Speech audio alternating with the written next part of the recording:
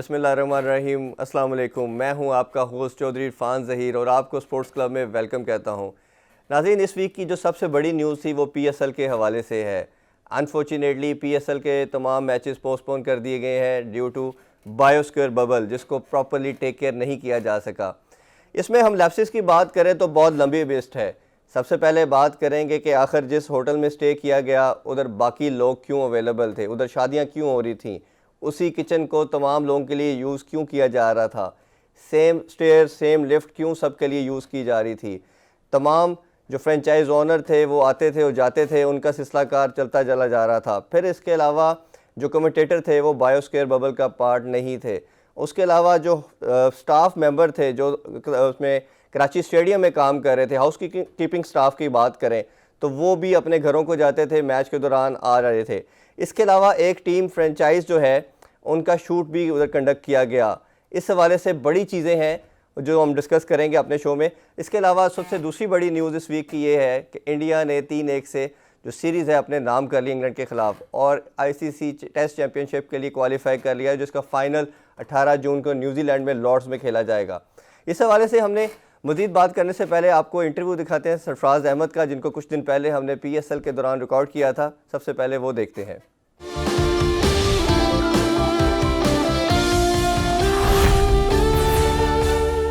जी, आज हमारे guest corner में जो गेस्ट हैं वो बहुत ही स्पेशल हैं।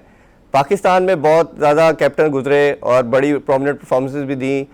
अगर रिसेंट टाइम के अंदर बात करें तो हमारे पास काफ़ी कैप्टन आए, लेकिन एक ऐसे कैप्टन आए जो कीपर भी थे, जिन्होंने अंडर 19 की टीम को जिताया, पाकिस्तानी ए टीम के साथ भी रहे। मेरा ख्याल है कि सारे फॉर्मेट के अंदर उनकी कामयाबियों को अगर सिलसिलाकार को डिस्कस किया जाए तो बहुत लंबी लिस्ट है।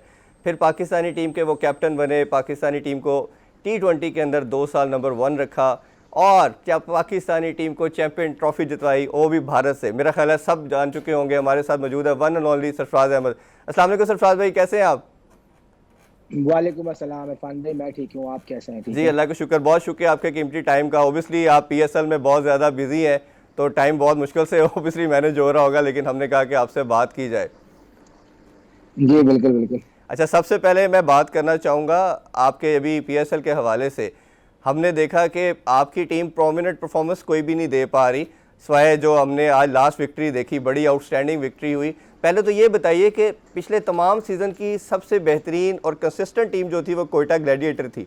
ये क्या रीज़न हुई कि 2 साल से आपकी टीम का जो क्या कम्बिनेशन डिस्टर्ब हुआ, या शेन वॉटसन, उमर अकमल ऐसे कुछ प्लेयर मिडिल ऑर्डर में नहीं रहे, ये रीज़न बनी? आप खुद क्या समझते हैं एज ए कैप्टन, क्या रीज़न नज़र आ रही है? देखिए, अगर आप पिछले साल से लेके अभी तक की आप बात करते हैं तो ऑब्वियसली पिछले साल जो है थोड़ा सेटबैक हुआ टूर्नामेंट स्टार्ट होने से पहले के उमर अकमल जो है वो टीम का पार्ट नहीं रहे। आपको पता है कि वो थोड़ा सा मिसहैप हो गया एक।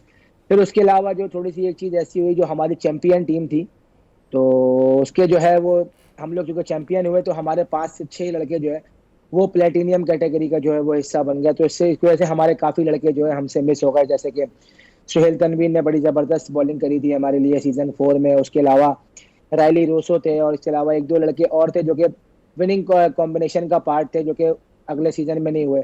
और अगर जहाँ तक रही इस सीज़न की बात, तो ऑब्वियसली इस सीज़न में मैं समझता हूँ कि पहला मैच हमने अच्छा नहीं खेला, लेकिन अगर जो आज के मैच के अलावा जो हम लोग जो 3 मैच जीते, अगर आप उसमें देखें तो ओवरऑल हमने क्रिकेट अच्छी खेली। अनफॉर्चुनेटली मैं समझता हूँ कि 1-1 या 2-2 ओवर जो है हमने वहाँ पे मिस्टेक करी, फील्डिंग में लैप्सेस हुए, जिसकी वजह से हम मैचेस हारे। अच्छा, उसमें बेसिक रीज़न क्या नज़र आ रहा है आपको? फील्डिंग नज़र आ रहा है या बॉलिंग के अंदर? क्योंकि आपकी प्रेस कॉन्फ्रेंस भी देख रहा था, उसमें भी आपने बात की कि ज़्यादा जो हमें नुकसान पहुंचा है, जो हार की रीज़न बनी वो फील्डिंग बनी। तो आपको क्या लगता है, बॉलिंग रीज़न है या फील्डिंग ही बहुत बड़ा रीज़न बन रही है? देखिए बॉलिंग, अगर आप पूरे टूर्नामेंट का बात करें तो अभी जो इस वक्त जो टूर्नामेंट चल रहा है, देखें वो इस वक्त 200 रन बन रहे हैं और 200 रन चेज हो रहे हैं और कोई बड़ी आसानी से टीमें चेज कर रही हैं। और अगर आप हमारे मैचेस की बात करें तो हमने भी 190 किया, हमने 197 किया और वो चेज हुआ। लेकिन मैं समझता हूँ जो इसमें मेन फैक्टर था वो हमारी फील्डिंग थी। अगर हम राइट टाइम पे कैचेस पकड़ लेते, एक रन आउट कर देते, तो शायद हम इस मैच से पहले वो टीम बन जाते जो कि उसको डिफेंड कर सकते हैं टारगेट को। मेरा यही अगला इस मैच में अगर बिल्कुल जी, मेरा यही नेक्स्ट क्वेश्चन था कि आप वो टीम है जो तमाम टीमें जितने भी चेस कर रही हैं वो जीत रही थी, बट कोयटा ग्लैडिएटर अपने तमाम मैचेस हार रहे थे। एक अच्छी चीज़ ये है कि आपकी टीम वो टीम बनी जिसने इस रवायत को तोड़ा और आपने अपने टोटल को डिफेंड किया। ये क्या वैसे रीज़न नज़र आ रही है? क्योंकि शायकीन क्रिकेट का इंटरेस्ट बहुत इसमें कम होता जा रहा था, लैग कर रहा था कि जो टीम टॉस जीत रही है वो इजीली बैटिंग का पहले बाद में बैटिंग करती है और इजीली टारगेट चेज कर लेती है। इंटरेस्ट लेवल काफ़ी उस पर नीचे जाता जा रहा था। तो रीज़न क्या आपको नज़र आ रही थी कि क्या रीज़न थी? देखिए मैं आपको पहले मैच से बार बार ये कह रहा था और अभी भी कह रहा हूँ कि फील्डिंग जो है मोस्ट इंपॉर्टेंट फैक्टर होता है T20 में। क्योंकि बॉलिंग में अगर आप इस टूर्नामेंट की आप बात करें, PSL की जो कराची में मैचेस हो रहे हैं, जितनी टॉप क्वालिटी पिचेस बन रही हैं, जितनी टॉप क्वालिटी क्रिकेट हो रही है, बैट्समैन के जबरदस्त स्ट्रोक्स खेल रहे हैं, 200 पे 200 चेज हो रहा है, तो फर्क जो है वो फील्डिंग डालती है। और अगर आप इस मैच में भी आप देखें तो हम जो है वो तकरीबन 10 से 15 रन शॉर्ट थे, लेकिन जो हमारा फर्क डाला वो हमारी फील्डिंग ने डाला। हमने 8 कैचेस पकड़े, तो अगर 8 में से कोई भी एक इंपॉर्टेंट प्लेयर का कैच छोड़ दिया, हसनैन का आप कैच ले लें, इंपॉर्टेंट कैच था रिजवान का, उसने बड़ा जी। अच्छा कैच पकड़ा। तो बेन कटिंग ने 2 कैच पकड़े, फैफ डुप्लेसी ने 2 कैच पकड़े, तो ये बड़ा इंपॉर्टेंट टाइम है। उस्मान ने बड़ा अच्छा कैच पकड़ा। तो देखिए इंपॉर्टेंट टाइम पे अगर आप कैचेस अच्छे पकड़ लेते हैं, फील्डिंग अच्छे कर लेते हैं, T20 फॉर्मेट एक ऐसा फॉर्मेट है यहाँ पे फील्डिंग बहुत इंपॉर्टेंट फैक्टर डालती है। तो मैं समझता हूँ कि यही फर्क था। मैं बार बार कह रहा था कि हमें फील्डिंग अच्छी करनी पड़ेगी, फील्डिंग अच्छी करनी पड़ेगी, और T20 में ही फील्डिंग अच्छा मेन फैक्टर डालती है। अगर हमारी पहले पाकिस्तान टीम की भी आप बात करें जी। तो वो हमारी फील्डिंग बहुत टॉप की थी। हम बड़े राइट टाइम पे रन आउट करते थे, राइट टाइम पे कैचेस पकड़ते थे, तो वो फर्क डालता रहे दूसरी टीमों से। अच्छा सरफराज भाई, आपको क्या रीज़न नज़र आ रही है कि जो टीम चेस कर रही है वो जीत रही थी, तो क्या ड्यू फैक्टर थोड़ा बहुत आ रहा था या लड़के जो प्रेशर लेते जा रहे थे? क्योंकि इंटरनेशनल प्लेयर भी हैं, पाकिस्तानी लड़के भी जो बड़े टाइम से खेल रहे हैं, और मेरा ख्याल है इतने 14-15 मैचेस के बाद इस रवायत का चेंज होना बड़ी एक और सिचुएशन बनी। तो आप क्या मेन फैक्टर समझते हैं कि चेस करने वाली टीम क्यों जीत रही थी? देखिए ड्यू फैक्टर मैं समझता हूँ कि इतना नहीं था। मैं ड्यू फैक्टर, मुझे जो हमने 2 मैच खेले, वो एक तो एक 8 बजे वाला हमने मैच खेला। एक तो पहला मैच था वो सेरेमनी की वजह से कि वो जी। हमने 8 बजे खेला था। तो उसमें क्या था, उसमें थोड़ी ड्यू आ गई थी, क्योंकि वो मैच हमारा ऑलमोस्ट जो सेकंड इनिंग हमारी स्टार्ट हुई थी वो 10 बजे स्टार्ट हुई थी। ठीक है। तो वो नए बॉल से ऑलमोस्ट चौथे ओवर के बाद से ड्यू आ गया था। अदरवाइज जो मैचेस 7 बजे शुरू हो रहे हैं उसमें ड्यू इतना फैक्टर नहीं डाल रहा था। वो लेटर ऑन आखिरी 4-5 ओवर की तरफ जाता था, लेकिन अदरवाइज ड्यू ने इतना तंग नहीं किया। मैं समझता हूँ कि क्वालिटी ऑफ क्रिकेट जो है PSL में बहुत आउट क्लास रहा है, और ये हम नहीं, ये दुनिया भी इस चीज को मान रही है। जो प्लेयर्स आ रहे हैं, जो क्वालिटी ऑफ क्रिकेट है वो बहुत बढ़ते से बढ़ता चला जा रहा है। तो मैं समझता हूँ कि इसी वजह से जो है पिचेस बहुत अच्छी हैं। आई थिंक ग्राउंडमैन को बहुत ज्यादा क्रेडिट जाता है कि जिस तरीके से वो रोज मैचेस हो रहे हैं और रोज बेहतरीन से बेहतरीन पिच तैयार कर रहे हैं, तो आई थिंक क्रेडिट उनका भी बनता है इसमें। अच्छा सरफराज भाई, थोड़ी क्वालिटी की बात कर रहे हैं तो क्वालिटी तो आपकी तरफ से भी हमें देखने को नज़र आई माशाल्लाह। जिस तरह से आपने कमबैक किया बैटिंग के अंदर, पर्टिकुलरली हम बात करना चाहेंगे, आल्दो कि आप परफॉर्म पीछे भी अच्छा करते आ रहे थे, बट जो आपके अंदर जो स्ट्राइक रेट के अंदर एक पावर हिटिंग की बात करें, वो ज़्यादा आपसे एसोसिएट हो नहीं रही थी कुछ टाइम से। इसी तरह एक बड़ा हेल्दी कंपटीशन डेवलप हुआ आप और रिजवान के दरमियान। ट्विटर से ये कंट्रोवर्सी स्टार्ट होती है, फिर एक शुरू होती है, और बड़ी उशाइन चीज़ मेरा ख्याल है पाकिस्तानी क्रिकेट के लिए है कि 2 ऐसे कीपर पाकिस्तान के पास अवेलेबल हैं जो दुनिया में शायद बेस्ट इस टाइम परफॉर्म कर रहे हैं। तो एक तो रिजवान की बात करें तो बहुत आउटस्टैंडिंग वो भी खेल रहा है, नंबर 1 PSL में जा रहा है बैटिंग के अंदर। आपकी पावर हिटिंग की बात करें, जिस तरह आपने इफ्तिखार को 4 बॉलों पे 4 छक्के मारे, वो किसी भी मेरा नहीं ख्याल पाकिस्तानी जितने भी पावर हिटर है इस तरह की हिटिंग देखने में नज़र नहीं आई। तो इस कंपटीशन को एक तो आप कैसे देखते हैं, दोनों के लिए कितना खुशाइन है? और मैं तो आपको पर्सनली जानता हूँ कि आप टीम मैन है, टीम को लेकर चलते हैं, तो इस जो कंट्रोवर्सी एक मीडिया में जो बनती चली जा रही है, इसको कैसे एज ए प्लेयर देखते हैं आप?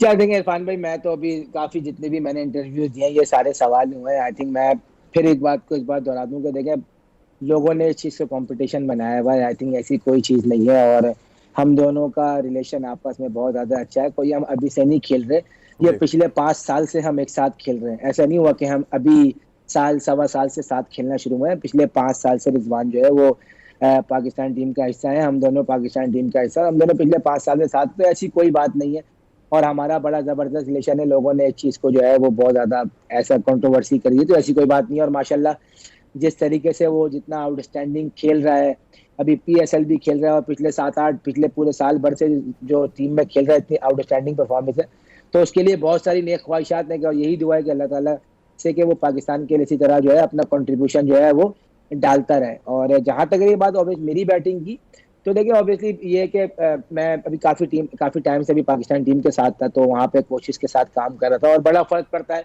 कि जब आप पाकिस्तान टीम के साथ होते हैं तो आपको क्वालिटी ऑफ प्रैक्टिस जो है वो बहुत अच्छी मिलती है, जी। आपको हर चीज़ अवेलेबल होती है। तो वहाँ पे कोचेज होते हैं, वो आपके काम कर रहे होते हैं कि यार ये टेक्निकल इश्यूज हैं वहाँ पे, जैसे यूनुस भाई हैं, मिसबा भाई हैं बैटिंग के साथ, फिर शाहिद असलम जो है जो कि हमारे असिस्टेंट कोच हैं, उसके अलावा यूसुफ भाई आए थे हमारे साथ। यूसुफ भाई ने बड़ा ज़बरदस्त हमारा टाइम गुजरा, 7-8 दिन जो हमारे साथ वो रहे कैंप में। उसके अलावा यूसुफ भाई से मेरी अभी जब यूसुफ भाई ने मुझे खुद फ़ोन किया, बात की, तो बड़ा हौसला मिलता है। और इन लोगों से जब इनके साथ आप रहते हैं, टाइम गुजारते हैं, तो बहुत कुछ सीखने का मौका मिलता है। तो मैं समझता हूँ कि मैं खुशनसीब था कि पीएसएल से पहले मुझे एक ऐसी अपॉर्चुनिटी थी मेरे पास कि मैं अपनी भरपूर तैयारी कर सकूँ पाकिस्तान टीम के साथ। तो वो मेरे पास तैयारी थी पीछे, फिर मुझे यहाँ पे 6 दिन मिले, अपना 4-5 दिन मिले पीएसएल के। उसमें मैंने कोशिश की कि वही प्रैक्टिस को मेंटेन रख सकूं जो मैं quality of practice Pakistan team के साथ करता हुआ आ रहा था। नहीं, वो तो माशाल्लाह हमें वही ग्राउंड चीज़ में भी की नजर आ कोशिश रही की, है, वो हमें कोशिश नजर भी की आ कि रहा है उसके अंदर। अपने आप को टाइम दिया, पिच पे थोड़ा सा टाइम दिया कि यार थोड़ा सा टाइम लूं, क्योंकि काफी अरसे बाद जो है, क्योंकि लास्ट जो है वो डोमेस्टिक के मैचेस खेले हुए थे, तो यही था कि कोशिश की कि अपने आप को थोड़ा टाइम दूं और टाइम लेने के बाद फिर जहां मुझे बॉल मिले और वहां स्ट्रोक्स मारूं। अच्छा सरफराज भाई, एक आपके बैटिंग ऑर्डर के ऊपर मैं बात करना चाहूँगा इस पीएसएल के हवाले से। शुरू में आप ओपन की तो मेरा भी मानना ये था कि आपका वो शायद डिसीजन ठीक नहीं था, क्योंकि आपकी, मैंने जितना भी आपको बड़ा फॉलो किया, हमने एज ए कैप्टन भी देखा, उससे पहले भी इवन जब कैप्टन नहीं भी थे, तो आपका 4 नंबर बड़ा स्टेबिलिटी वाला रोल प्रोवाइड करता था टीम को। और जब मैंने आपका टीम का कम्बिनेशन भी देखा इस पीएसएल ड्राफ्ट के बाद, तो मुझे लगा कि रियली रोसो नहीं है, उमर अकमल नहीं है, तो मेरा ख्याल है ये स्टेबिलिटी का रोल भी सरफराज अदा कर सकते हैं। तो ओपन पे क्यों आप आए, और जब 4 नंबर पे आपने, क्या ये थॉट प्रोसेस क्या था? जब 4 पे आए तो आपने बड़ा अच्छा परफॉर्म किया, तो ओपनिंग का क्यों एक्सपेरिमेंट किया गया? देखिए वो यही हुआ था, एक्चुअली जो है मेरा माइंड तो यही था कि मैं मिडिल ऑर्डर में खेलूंगा 3 या 4 नंबर। तो हमारी मैनेजमेंट ऑब्वियसली, हमने जब बैठ के डिसाइड किया कि उन्होंने बोला कि यार ओपन से एक अच्छा स्टार्ट दो। तो जो ऑब्वियसली जब पहला मैच हुआ, जब पहले मैच के बाद जब मैं आउट हुआ, तो फिर हमने जब टीम कॉम्बिनेशन देखा अपना, तो वो मुझे ऐसा लगा कि मुझे फील हुआ कि यार नहीं, मुझे मिडिल ऑर्डर में ही खेलना चाहिए। जो आपने बात की कि ऑब्वियसली वहां मुझे खेलना चाहिए, क्योंकि आजम के साथ एक ऐसा बंदा चाहिए था कि जो कि जी। उसके साथ खेले, उसके साथ स्ट्राइक रोटेट करे, या उसको अगर एक बाउंड्री की जरूरत है तो वहां पे उसके साथ खेले। तो यही हुआ कि फौरन जो है, आपको पता है T20 फॉर्मेट में चीजें बहुत जल्दी चेंज होती है, तो फौरन मैंने इस चीज को रियलाइज किया। जी। और साइम अयूब को क्योंकि हमने इमर्जिंग में सिलेक्ट किया था हमने उनको, तो हम उनको फौरन जो है हमने ये चेंज किया बैटिंग ऑर्डर, और फिर मैं 4 पे आया और उसको फिर मैं ओपन पे ले गया। जी सरफराज भाई, आपकी फतूहात और आपके कैरियर पे तो मैं एक अलहदा शो करना चाहूँगा, ऑब्वियसली उसके लिए हमें ज़्यादा टाइम चाहिए, अभी पीएसएल पे हम मेनली बात कर रहे हैं। लेकिन आप बड़े लड़कों के लिए एक रोल मॉडल भी हैं, जिस तरह की हमने फतूहात का जिक्र किया। तो एज ए प्लेयर जब आप कैप्टन होते हो, फिर टीम का पार्ट नहीं होते, फिर टीम में आते हो, फिर टीम को जैसे नीचे, अभी कोयटा ग्लैडिएटर नीचे थी, आप दोबारा विनिंग ट्रैक की तरफ आ रही है, तो आप एज ए प्लेयर उसमें क्या मोटिवेशन लेवल क्या होता है एज ए कैप्टन? किस तरह आप लड़कों को जल रखते हो? क्योंकि हमें एक बड़ा मीडिया पे ये भी बात हो रही थी कि मुझे भी बड़े लोगों से जब पता चला कि मैं आपका इंटरव्यू करने जा रहा हूँ, तो उन्होंने कहा कि सरफराज को गुस्सा क्यों आ रहा है, सरफराज फ्रस्ट्रेशन का कुछ शिकार हो रहे हैं। मैं आपको पर्सनली, क्योंकि मैं थोड़ा जानता हूँ, तो आपको 2017 के चैंपियन ट्रॉफी भी पूरी, अगर लोगों को याद मेरा ख्याल नहीं रही, आपका समहाउ इसी तरह का ग्राउंड के अंदर ऐसे ही एग्रेशन होता था। तो ये क्या फ्रस्ट्रेशन है वाकई, या आपका एटीट्यूड ही ऐसा है? नहीं, आई थिंक लोगों को ऐसा लग रहा है कि फ्रस्ट्रेशन है, ऐसी कोई बात नहीं है। और हमेशा से अगर आप मेरी कैप्टनशिप भी देखे थे, तो मैंने यही कोशिश की कि थोड़ी सी एग्रेसिव कैप्टनसी की जी। है, और कोशिश यही करता हूं कि मैं खुद भी अपना 110% दूं और अपने लड़कों से भी 100% लेने की कोशिश करता हूं। जी। और ऑब्वियसली जो कोशिश ये होती है कि लोगों को ऐसा लगता है, जो प्लान्स होते हैं, हम कोशिश ये करते हैं कि यार जो हमने प्लान्स किया हुआ है उसी वे प्लान्स पर है, वहां से बैट्समैन अच्छी हिट मार दे, कोई ऐसा मसला नहीं, लेकिन जो हमने प्लान्स किया है उसी के मुताबिक रहे। और जहां तक रही बात लड़कों को मोटिवेट करने की, तो देखें अभी जो, अगर आप हमारी ये टीम देखें कोयटा ग्लैडिएटर्स की, तो इसमें ज्यादातर यंग लड़के बहुत ज्यादा हैं। हसनैन भी अभी यंग ही है, जी। ठीक है, कभी इतनी इंटरनेशनल क्रिकेट जरूर खेलने, लेकिन अभी उन्होंने इतना कंसिस्टेंट इंटरनेशनल क्रिकेट नहीं खेल रहे हैं, ठीक है। नसीम भी हैं, अभी आए हैं, साल सवा साल हुआ है। शनवारी को भी थोड़ा सा टाइम हुआ, लेकिन शनवारी ने भी अभी उस तरीके से इंटरनेशनल क्रिकेट जो है वो अपनी नहीं खेली हुई है। टीम का पार्ट जरूर है, पिछले 2-3 साल से पाकिस्तान टीम के साथ खेल जरूर है, लेकिन वो जो एक्सपोजर है कंटिन्यूअसली खेलने का, वो भी अभी शनवारी के पास नहीं है। उसके अलावा साइम अयूब हैं, उस्मान जो अभी लड़का खेला है वो भी जी। नया है, आजम भी नए हैं। तो बस यही कोशिश की है कि लड़कों को जितना कॉन्फिडेंस दे सकते हैं ग्राउंड के बाहर, ग्राउंड के अंदर तो ऑब्वियसली देते जरूर है, लेकिन ग्राउंड के बाहर इन लोगों को रिलैक्स रखना बहुत इंपॉर्टेंट होता है। तो मेरी भी यही कोशिश थी, और हमारी टीम मैनेजमेंट ने भी लड़कों को बिठा के 1-to-1 भी उनसे बात की कि हमें सिर्फ एक जीत की जरूरत है, हमें एक अच्छी जीत की जरूरत है, वहां से मोमेंटम पकड़ लेंगे। तो देखिए अल्लाह का सरफराज भाई शुक्र है आपने कि काफी लड़कों जो के जो नाम लड़के लिए, तो खेले, जैसे जी इसमें कोई पिक में गलती तो नहीं होगी ड्राफ्ट के अंदर? आपको नहीं लगता कि शायद एक तरह के आपने बॉलर, एक तरह के बैट्समैन ले लिए, कहीं पिक के अंदर मिस्टेक होगी आप लोगों से? नहीं देखें, ये तो अब देखें, जो चीज अब जो प्लेयर हमने लिए हैं वो हमारे अभी बेस्ट प्लेयर हैं। हम इस चीज को नहीं कहेंगे कि हमने जो ले लिया वो गलती कर दी या वो कर दी। मैं इस चीज को नहीं मानता। अब जो हमारे पास प्लेयर हैं वो इस वक्त बेस्ट प्लेयर हैं, और वो मेरे सबसे टॉप के प्लेयर हैं। जी साइम अयूब है, वो जबरदस्त प्लेयर है, ठीक है, कोई बात नहीं, उसे परफॉर्मेंस नहीं हुई, लेकिन यही टाइम है। इस टाइम से अगर वो निकल गया तो वो आगे जाके उसके करियर के लिए बहुत फायदा होगा। अभी जो उसने जो ये वाली इनिंग खेली है, मैं समझता हूँ कि उसकी बेहतरीन नॉक थी। 23 रन की जो उसने इनिंग खेली है, शॉट्स मारे, चौके मारे, तो उसके कॉन्फिडेंस में भी इजाफा हुआ। तो इसलिए हम उसको कॉन्फिडेंस दे रहे थे। हसनैन से भी यही बात करी कि तुम विकेट टेकर बॉलर हो, अगर तुम तेज बॉलिंग कर रहे हो और बॉलिंग विकेटों में फिनिश नहीं हो रहा तो उसका कोई फायदा नहीं है। तो आज हसनैन ने बेहतरीन बॉलिंग करी। तो देखें, यही कर सकते हैं कि आप सिर्फ लड़कों को कॉन्फिडेंस दे सकते हैं, और हम वही कर रहे हैं कि कॉन्फिडेंस जितना देंगे उतना लड़कों की परफॉर्मेंस आएगी। बिल्कुल ठीक है। अच्छा सर फरज भाई, ये हसनैन की बॉलिंग की बात की, आज आपने कैश को इंडेक्ट किया था, वो बड़ा आउटस्टैंडिंग खेला, फिर उस्मान ने जो ऊपर से बैटिंग कर छोड़ी वो बहुत आउटस्टैंडिंग थी। तो ये कैसा लगता है कि ये प्लेयर आपके मेन प्लेयर होंगे आगे मैचेस के अंदर? और इस कम्बिनेशन को जो अब बना है आपका, इसको पहले ट्राई नहीं किया गया ओबियसली, तो अब क्या लगता है कि ये आपके विनिंग कॉज के अंदर लेके चलेंगे? देखिए बिल्कुल, अब जहां तक रही उस्मान की बात, तो उसका पहला मैच था और उसने बहुत ही जबरदस्त इनिंग खेली। और एक जो थोड़ा इशू आ रहा था हमें टीम को कि हमारी जो है अर्ली विकेट्स बहुत जल्दी गिर जाती थी। पहले ओवर जी में विकेट गिर जाती थी, सेकंड ओवर में विकेट गिर जाती थी, तो वो उससे बड़ा सेटबैक होता था टीम को, और टीम जो है वो, मैं समझता हूँ कि रीबिल्डिंग की तरफ चली जाती थी। और जी T20 में अगर आपकी पहले 2-3 ओवर में 2 विकेट गिर जाए तो फिर आपको रीबिल्डिंग प्रोसेस आपका शुरू हो जाता है। फिर आप कोशिश करते हैं कि एक लंबी 6-7-8 ओवर की पार्टनरशिप लगे जहां पे विकेट ना गिरे।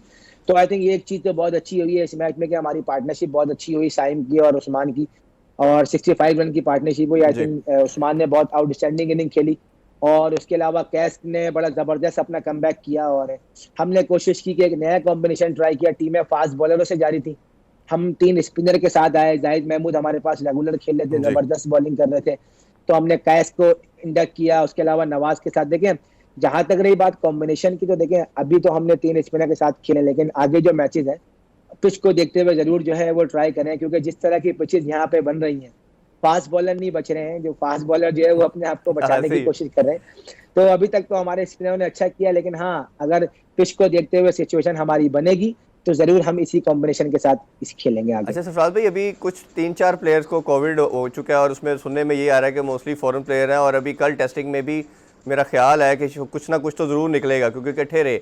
अब इसमें लैप्सेस तो काफ़ी ज़्यादा हुए, वो आप ओबियसली उसके आपके वो जुरिडिक्शन के अंदर चीज़ नहीं आती, आप उसका आंसर नहीं दे सकते। बट मैं ये आपसे जानना चाहूँगा, अगर खुदा न खास्ता कुछ 3-4 भी लोग और निकल आते हैं तो मेरा अपना ख्याल ये है कि ये पोस्टपोन डेफिनेटली हो जाएगी। तो ये पाकिस्तानी क्रिकेट के लिए कितना नुकसानदेह होगा और इसको कैसे फिर आगे लेके चलेंगे, क्योंकि आगे विंडो कोई नज़र आती नहीं जा रही, क्योंकि बहुत ज़्यादा क्रिकेट है इस साल। तो वो मेरा, आप क्या समझते हैं, ये डेंट नहीं करेगी बहुत ज़्यादा क्रिकेट को चीज़?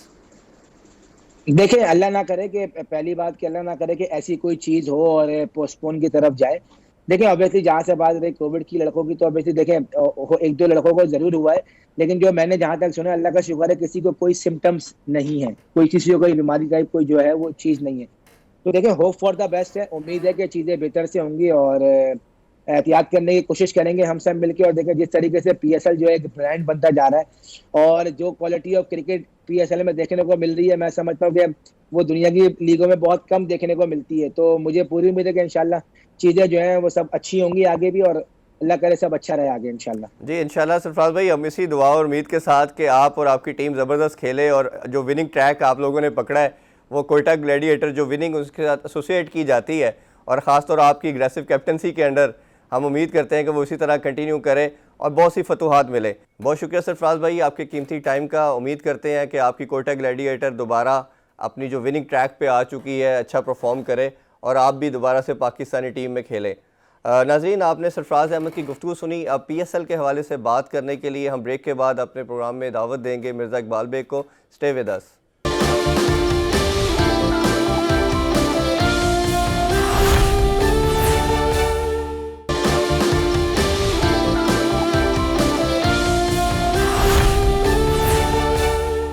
Welcome back after the break. जी नाज़रीन, अब पीएसएल के हवाले से बात करने के लिए अब हमारे साथ सीनियर तजिया निगार मिर्ज़ा इकबाल बेग मौजूद है। सर अस्सलाम वालेकुम। वालेकुम अस्सलाम इरफान। कैसे हैं? ठीक ठाक हैं सर?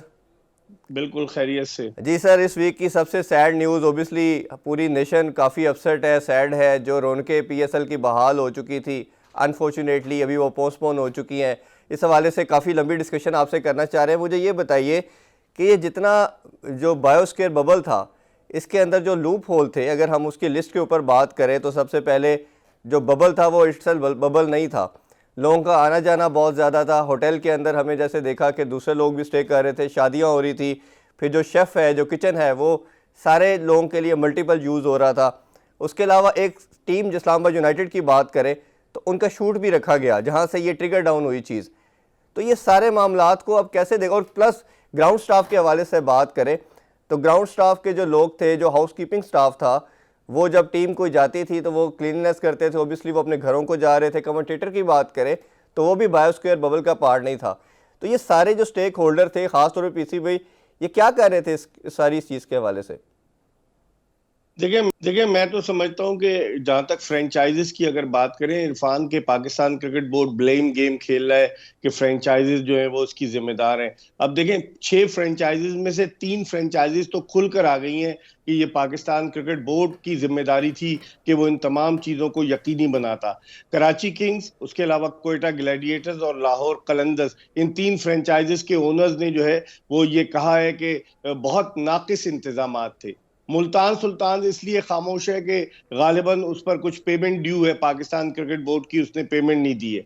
जबकि 2 फ्रेंचाइजीज ऐसी हैं, इस्लामाबाद यूनाइटेड जिसका आपने जिक्र किया कि उनका कमर्शियल भी शूट हुआ, उनके खिलाड़ियों को, ग्रेगरी लुइस को भी कोविड हुआ, उसका पॉजिटिव आया। इस्लामाबाद यूनाइटेड और उसके अलावा जो एक और फ्रेंचाइज है पिशावर जलमी, जहां से ये खबर आई कि पहले के बायो सिक्योर बबल की खिलाफ वर्जी की डैरन सैमी और वहाब रियाज ने और पाकिस्तान क्रिकेट बोर्ड ने उनको 3 दिन के लिए क्वारंटीन कर दिया।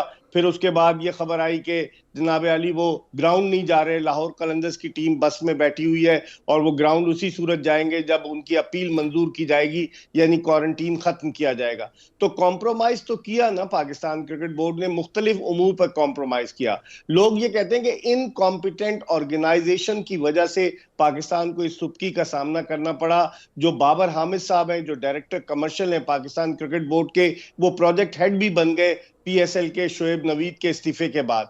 तो बाबर हामिद साहब इनकॉम्पिटेंट है। गाने की शूटिंग के लिए तो टर्की ले जाते हैं सबको, लेकिन यहाँ बायो सिक्योर बबल के इंतजामात में वो बिल्कुल बुरी तरीके से नाकाम रहे, उनका कोई तजुर्बा नहीं था। और फिर सबसे बढ़कर इरफान ये कि पाकिस्तान क्रिकेट बोर्ड के ऑफिशियल्स खुद भी इसकी खिलाफ वर्जी कर रहे थे एसओपीज की। मैंने खुद देखा नेशनल स्टेडियम कराची में जो मीडिया बॉक्स के सामने वीवीआईपी बॉक्स है, वहां पर जाकिर खान साहब सेल्फियां बनवा रहे थे, जो पाकिस्तान क्रिकेट बोर्ड के डायरेक्टर कमर्शियल हैं। वहां पर क्रिकेट कमेटी के चेयरमैन सलीम यूसुफ साहब अपनी पूरी फैमिली के साथ मौजूद थे।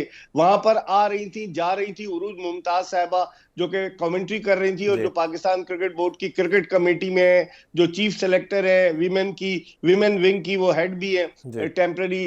तो ये सारे लोग थे। तो मैं समझता हूं कि फिर बाबर हामिद साहब भी वहां नजर आए। तो आप बिल्कुल, आपने दुरुस्त निशानदेही की इरफान, के जिस तरीके से इन्होंने बायो सिक्योर बबल को खाली बायो बबल में तब्दील कर दिया, सिक्योर तो कहीं से रहा ही नहीं, और उसका फिर हमें खमियाजा भुगतना पड़ा। अब सुनने में ये आ रहा है कि जून में ये कराने के दर पे हैं, इनका इरादा है कि जून में कराई जाए पाकिस्तान सुपर लीग। क्योंकि आज आपने देखा होगा कि आईपीएल की डेट्स का भी ऐलान हो गया है, 9 अप्रैल से 30 मई तक होगी आईपीएल। अच्छा, उसमें ये बात करें कि अगर मिर्जा साहब, मैं ये बात करना चाह रहा था कि जैसे एक विंडो जून की बात की जा रही है, दूसरी नवंबर की बात की जा रही है, एंड ऑफ नवंबर।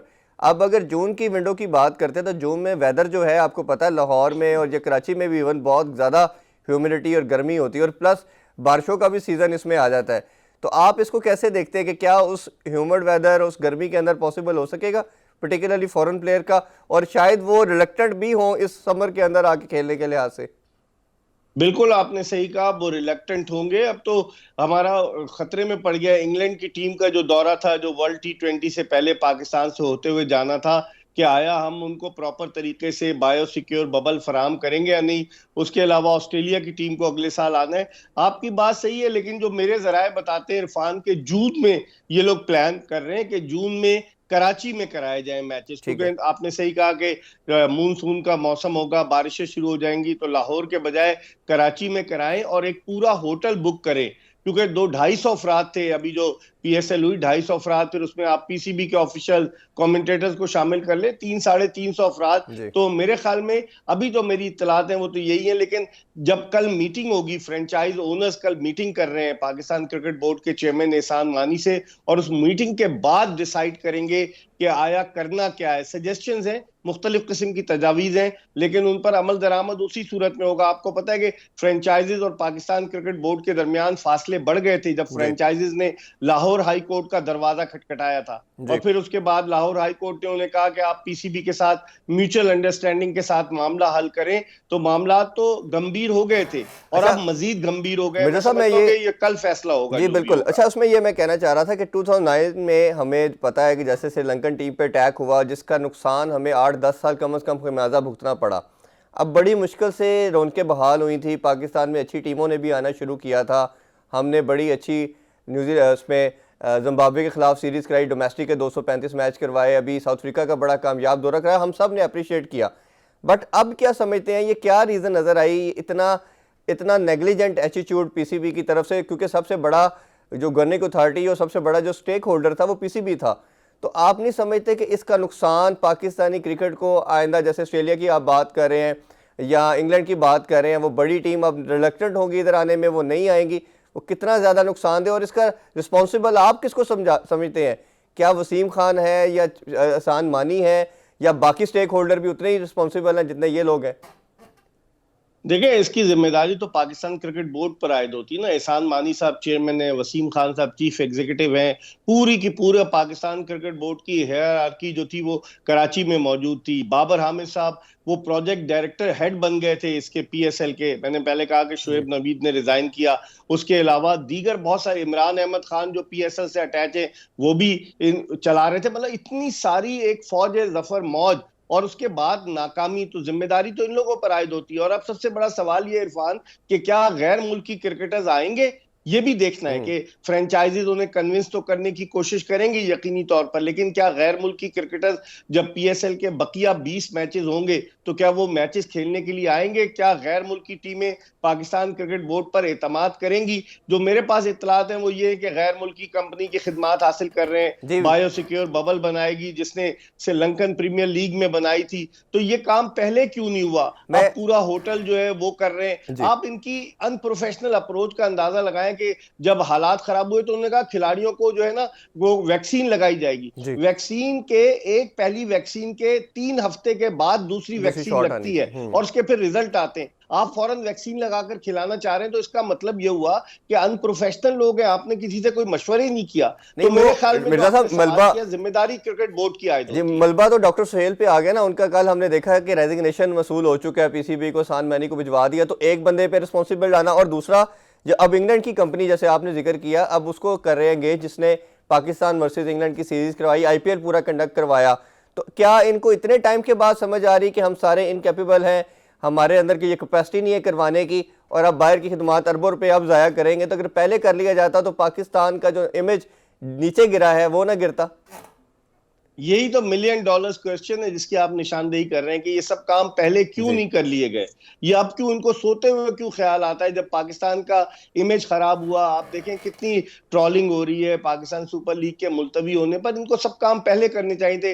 इनको होटल भी जो था वो पहले पूरा का पूरा बुक करना चाहिए था। जबकि एहसान मानी साहब आपको पता है कह चुके हैं कि 2 साल तक, कोविड आने के बाद उन्होंने कहा 2 साल तक हम अफोर्ड कर सकते हैं। दुनिया के दीगर ममालिक के क्रिकेट बोर्ड जो थे उनमें माली मुश्किलात का उन्हें सामना करना पड़ा, लेकिन एहसान मानी साहब कहने लगे कि हम अफोर्ड कर सकते हैं। तो ये सारे जिम्मेदार हैं। और आप देखें सुहेल सलीम को कुर्बानी का बकरा बनाने की कोशिश की गई, लेकिन बकरा छुरी के नीचे आने से पहले ही चला गया। उन्होंने रिजाइन कर दिया, और रिजाइन उन्होंने शायद दबाव के तहत किया है, क्योंकि आज इन्होंने 2 रुकनी एक कमेटी बनाई है, फैक्ट फाइंडिंग कमेटी, जिसमें 2 अरकान है, डॉक्टर फैसल है और एक और है खातून कोई। तो ये इनसे क्या एक्सपेक्ट करते हैं? वसीम खान ने कहा था ना कि हम पीसीबी के लोग नहीं होंगे, लेकिन वही होगा नशिस्तन गुफ्तन बर्खास्तन वाली बात कि बैठेंगे और लोगों को ठंडा करने के लिए, लोगों की आंखों में धूल झोंकने के लिए कमेटी बनाई गई है। असल आदमी तो आप देखें ना, पीसीबी के ऑफिशियल ऑफिशियल्स के साथ साथ असल आदमी बाबर हामिद है, जी। जो प्रोजेक्ट हेड थे। प्रोजेक्ट हेड से पूछना चाहिए ना कि आप इतना बड़ा प्रोजेक्ट लेकर चल रहे हैं, आपको पता है कि ये एक ब्रांड बन चुका है 6 साल में, तो आपने क्या किया? उनसे कोई नहीं पूछ रहा। मेरी समझ में नहीं आ रहा कि ये करना क्या चाह रहे हैं। बड़ी एम्बैरसिंग पोजीशन है इरफान इस वक्त पाकिस्तान क्रिकेट की।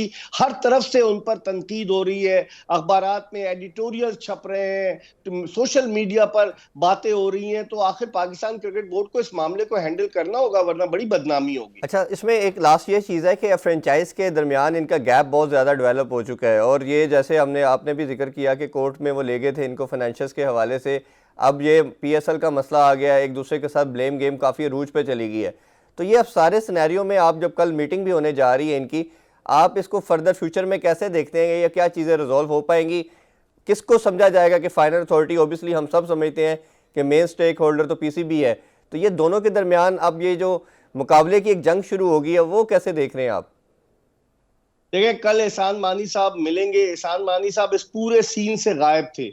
एक पाकिस्तान क्रिकेट के लिए एक बहुत ही बुरा दिन 3 मार्च 2009 था, जब श्रीलंकन क्रिकेट टीम पर गद्दाफी स्टेडियम लाहौर के बाहर अटैक हुआ, और एक 4 मार्च 2021 था, जब कोविड टेस्ट पॉजिटिव आने की वजह से पीएसएल को जो है मुलतवी किया गया। एहसान मानी साहब पूरे सीन से गायब थी। हालांकि उससे पहले उन्होंने जो है वो एक बोर्ड ऑफ गवर्नर्स की मीटिंग भी चेयर की थी। तो अब वो मंजर आम पर दोबारा आएंगे। वसीम खान साहब ने, आपने देखा होगा इरफान, कि जिस अंदाज से उन्होंने प्रेस कॉन्फ्रेंस की, दाएं जानिब उनके डॉक्टर सुहेल सलीम थे, बाएं जानिब उनके बैठे हुए थे बाबर हामिद साहब। सवालात उनसे या तो लगता था फ्रेंडली प्रेस कॉन्फ्रेंस थी, कोई चुपते हुए सवालात नहीं किए गए। जहां एक आध चुपते हुए सवालात किए गए, वहां इंटरवीन कर लेते थे पीसीबी के डायरेक्टर मीडिया समीउल हसन साहब, क्योंकि वो कोना मख्श सहाफी हैं, आईसीसी में रह चुके हैं, तो वो बचाने की कोशिश कर रहे थे। तो मैं समझ रहा हूं कि ये बड़ा मुश्किल है। वसीम खान को सामने कर दिया गया, क्योंकि अगर Pakistan cricket board press conference नहीं करता और चेयर गोइयां होती।